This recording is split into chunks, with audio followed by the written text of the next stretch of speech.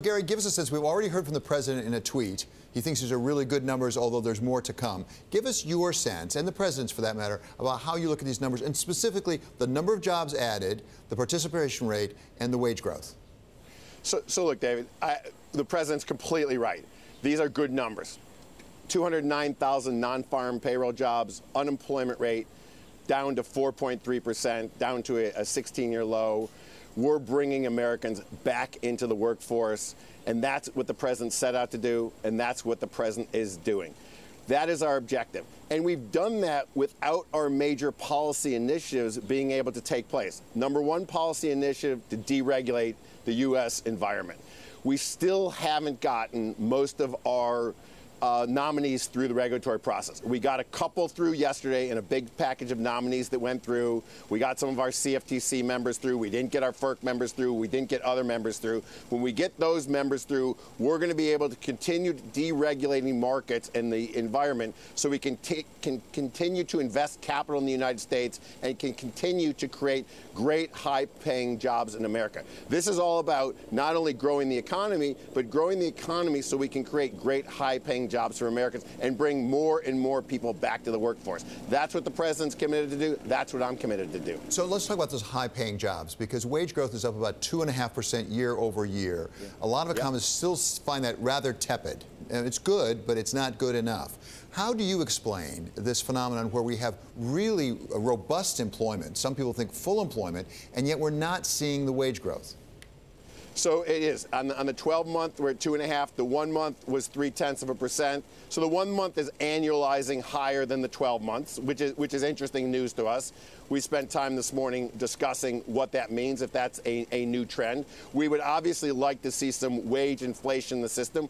Wage inflation means that we're putting more income in consumers' pockets. When consumers have more income and then we lower their tax rates on top of that, they'll have more money to spend, driving more and more economic growth. So that's really what we want to see. We need to create the jobs. We need to create the jobs by getting rid of the regulation that's bogging down industry. We need to reform the tax code so we can incentivize companies to invest in America. That's what we're trying to do. We are totally committed to doing it, and we feel confident that we can get that done between now and the end of the year. Gary, you've inherited an economy where the headline numbers for the labour market look really quite solid, and they point towards a tight labour market. And we haven't seen the wage growth we thought we would get over the previous few years, and it's starting to creep in. But I just wonder whether you think there's a lot more spare capacity, a lot more slack in the labour market than the headline numbers suggest.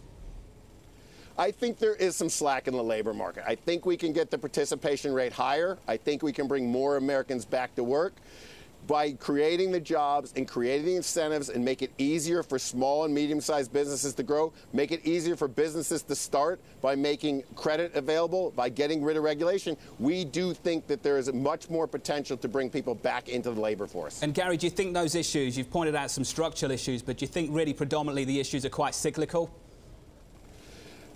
You know, we argue that all the time. What we're committed on right now is to create the best possible jobs environment that we can create.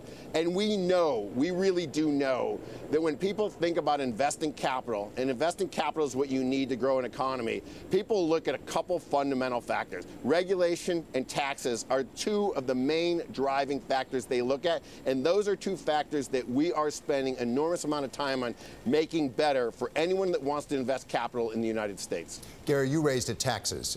We've talked to you before about the plan. You came out with the Group of Six, as it's called, with an outline of a plan. Where are you on that plan? When are we going to see the specific legislative language? So as you're right, the Group of Six continues to meet. We put out a notice last week that shows how well coordinated the six of us are, how we all agree on the skeleton of the tax plan. We're now working quite actively with the House Ways and Means Committee and the Finance Committee in the Senate to actually get some muscle structure on the skeleton to really drive tax reform to where we have to drive it. We're going to continuously meet over August and hopefully be able to deliver a comprehensive tax bill early in the fall. Is that September 15? That's early in the fall, but there's a lot of other dates that are early in the fall as well. And how confident are you at this point, given all the difficulties that have been occurring up in Congress, that you'll be able to get this through this year, as you said before, is really your goal? Look, I think the members of Congress understand how important tax reform is.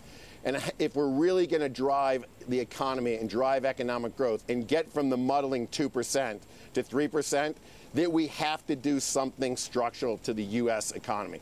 The structural things we have to do, and I've talked about reg reform, so I'll talk about taxes, we really have to change our tax rate. We cannot be substantially higher than the OECD average tax rate out there. At a 35% tax rate against a 23% OECD average tax rate, 13% higher taxes than the OECD average just does not make us competitive. We've got to get in line with the rest of the world. We've got to entice capital to be invested in the United States. Gary, we caught up with Mohamed El-Erian, a man, of course, that you know well, and he talked about the much-needed handoff from monetary policy to fiscal. Do you think we've relied too much on monetary policy in a country like the United States for too long? Look, I don't think this is a U.S. issue. I think the globe's been dealing with the whole monetary fiscal policy issue since the 2008 financial crisis. Central banks did what they were supposed to do, but we do have to transition the economy and the system to a more normalized system. And does that require a handoff from monetary policy to fiscal, Gary? Is that where you guys can help?